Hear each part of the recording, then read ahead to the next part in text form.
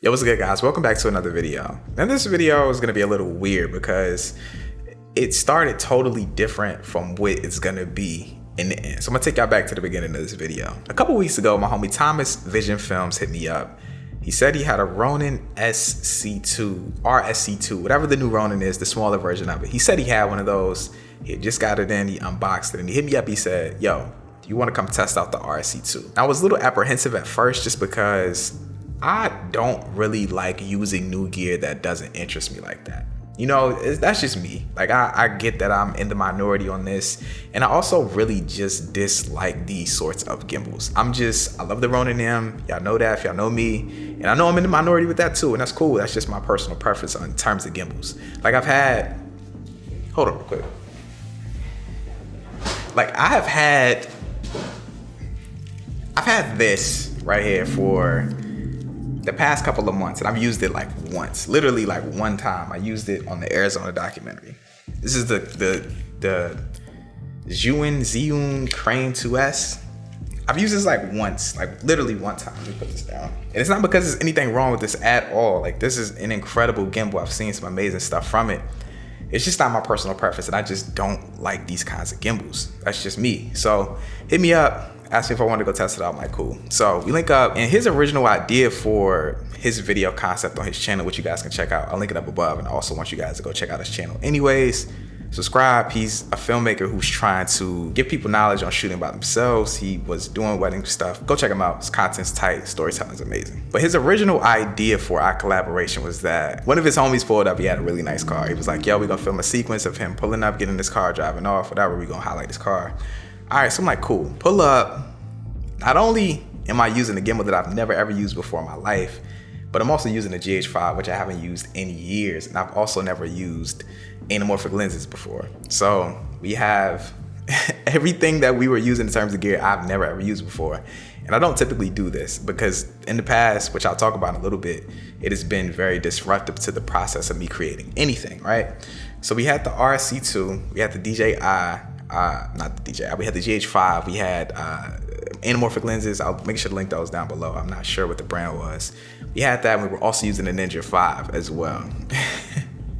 So I get there, and it's my turn to shoot this little sequence. And I felt like a complete noob. Like, despite the fact that I used to own a GH5, I felt like I didn't know anything. Like, I literally sat there for like 5 minutes trying to figure out how to like switch the white balance on the camera. I felt like a complete noob. So it's time for me to shoot. I started shooting, and I'm looking at the footage on the monitor, and I'm like, yo, I hate this. I'm like, yo, I dislike this. I just hated the entire experience of using it. Not because it was bad, like I said, it was great. The RC2 is amazing. It's super small compared to the regular Ronin S. But we didn't know how to go into underslung mode with the camera, right? I mean, with the gimbal. So I'm trying to get like the down low angles, and I'm bending my back all the way down, hunched over. And I just felt like a complete noob using it. And ironically, when I got back to the house and I looked at the footage, it actually wasn't that bad. But my experience using the entire setup was just trash. So when I thought about this, it made me think about like, dang, we often want to buy new gear as soon as we see it. Like when I saw the Ronin S2, the RS2, I'm like, yo, maybe I should buy that. And I have no clue why I even thought that. It's just that we get so much overload with new gear that we think we want to buy this stuff. It made me think about all the times that I've tried new gear out on professional shoots, and it got in my way, and it totally held me back from even completing the task that was at hand. So I want to talk about a couple of those instances and kind of like put it in perspective for you guys who are thinking about buying new gear, a different alternative to purchasing new gear. You know what I mean? I'm gonna tell y'all, we gonna spin this around and make it make sense. All right. So the first instance that comes to mind vividly when I think about, I guess, trying out new gear and testing new gear on professional shoots, I had a shoot for T Crooks, the 3-word shoot. And at the time, I had shot like some decent music videos, but I never really had a substantial budget to kind of mess around and rent new gear that I wanted to. And I never really had access to a professional studio because in Virginia, just these things are just not accessible to me. So we came to Atlanta. I had a little bit of a budget, and I was just thinking about all the cool things that I could do with the shoot. And at that time, I'm like, dang, you know what would be really cool? Track dolly. Track dollies are mad tight. You have somebody push you on the track, you just controlling the camera. It looks cool. Behind the scenes of it looks tight. It makes you feel like a big director. So I got the budget and I rented out this track dolly. And I remember we got the track dolly in, we got to the studio, and the dude brings us the track dolly, but he didn't give us any instruction on setting it up, right? So I mean, it can't be that hard. That's what I'm thinking in my mind. So we set up the track dolly, we put the actual dolly on the track that pushes forward, and I'm playing around with it before I actually get on the dolly, and I'm trying to figure out, like, why is this rocky? Like, why is this not smooth? And the only thing that saved me in this instance for this professional shoot was I had my homie Cotton there with me, and he had experience using that dolly before, that exact same one. So I didn't know that you had to put like the cushions or like the wood planks under the track to even it out on uneven surfaces. So Cotton helped me out a ton with that, but we were sitting there for like 30 to 40 to 50 minutes trying to figure out why this dolly didn't work. And then Cotton, you know, came in to save the day, put the planks under, and everything was smooth and everything went good. But the fact that I had no experience using this, it totally got in my way because we wasted like an hour in that studio. Things went down to the wire. We ended up not even getting every shot for that video. Given it came out clean and it came out cool, but if I had not tried to use that dolly, or if Cotton was there, you know, a little bit earlier to help me on hand with it, we could have gotten a significantly better video. And a lot of it is certain scenes in that video where you can see the entire C-stand, but it was just like, yo, we didn't have time. We were like scrambling, and I just didn't even think about it. It's just too much going on. So that video could have been substantially better if I had have just used a regular tripod or just brought out a gimbal or even a slider for that shot. So that's one of those instances right there that got in my way. Now, the second instance that comes to mind was one of my last music videos that I shot for my homie Saab's Story. With Saab's Story, I had this vivid idea in my mind of having him in front of a wall. And before I had used the stairs, I've used the stairs before, but the last time that I had used the stairs, I had the owner of them on the set with me to, you know, kind of show me what to do with pretty much everything with the lights. So my homie Sal was there with me on set, but when I had used them before in the other music video.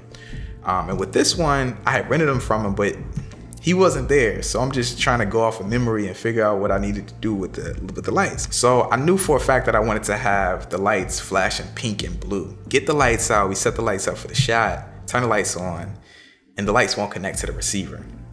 I literally sat there for an hour and a half trying to figure out how to get the lights to connect to the receiver. I'm calling Sal on the phone, we talking to each other, the tablet's not connecting with the receiver, and it literally wasted an hour and a half of the 4-hour session that we had in the studio block. So that was another instance where these lights got in my way, and I did not end up getting every single shot that I wanted to get for that video either. So in that instance, just renting gear that I had no prior experience with, that I didn't know, got in the way once again.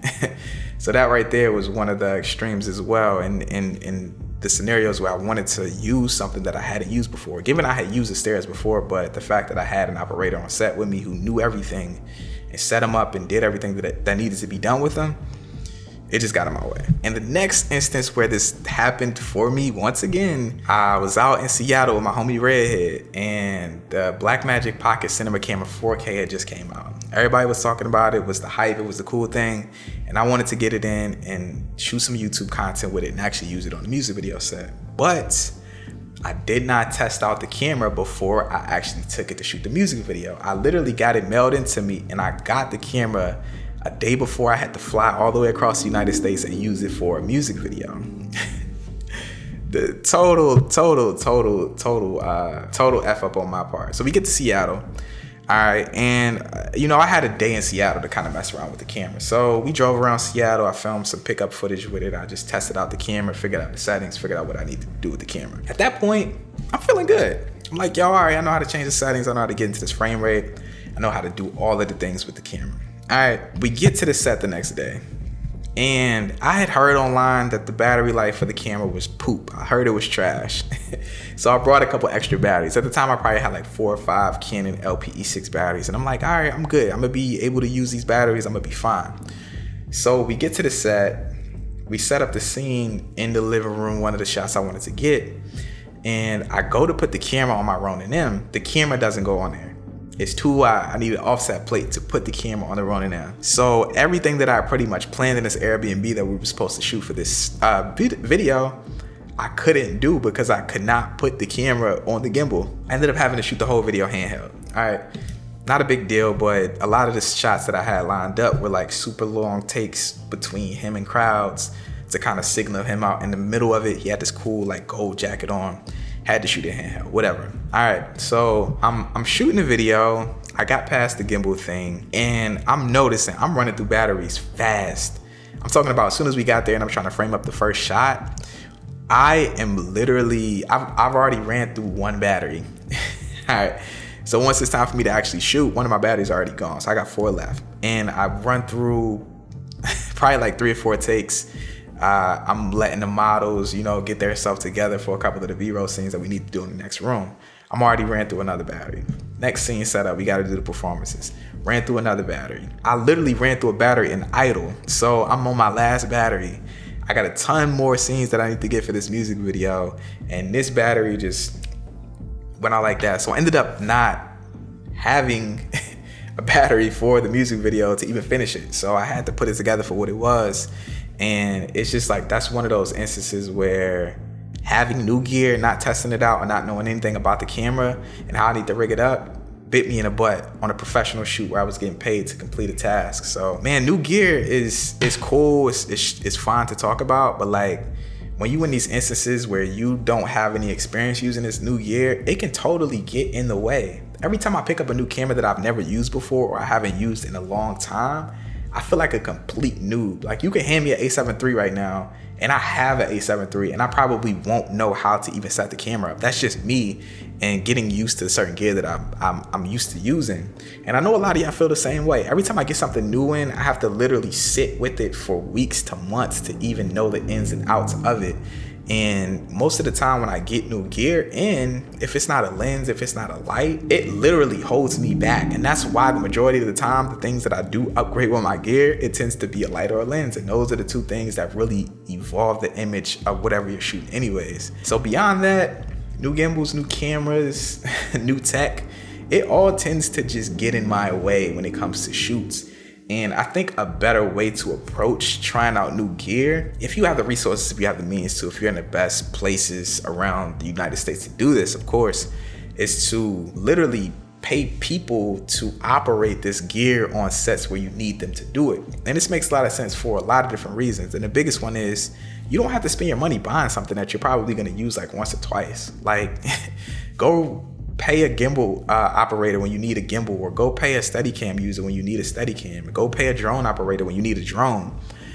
It just makes more sense that way. Even if you want to use a Red camera for a shoot, pay the person who owns the Red to come operate it and DP it for you. That way you don't have to spend the money on it and then get on set and not know what you're doing. I've had that instance too, where like we rent out really high-end cameras, or like I've used like Joe's camera before on set. And I picked the camera up and I'm like, yo, I hate this. And it's nothing wrong with the camera. It's nothing wrong with the gear. It's nothing wrong with the RSC2 or the Crane 2S. It's just, I don't know what I'm doing and I'm wasting time. And I got people looking at me on set and they waiting for me to tell them, Leo, action.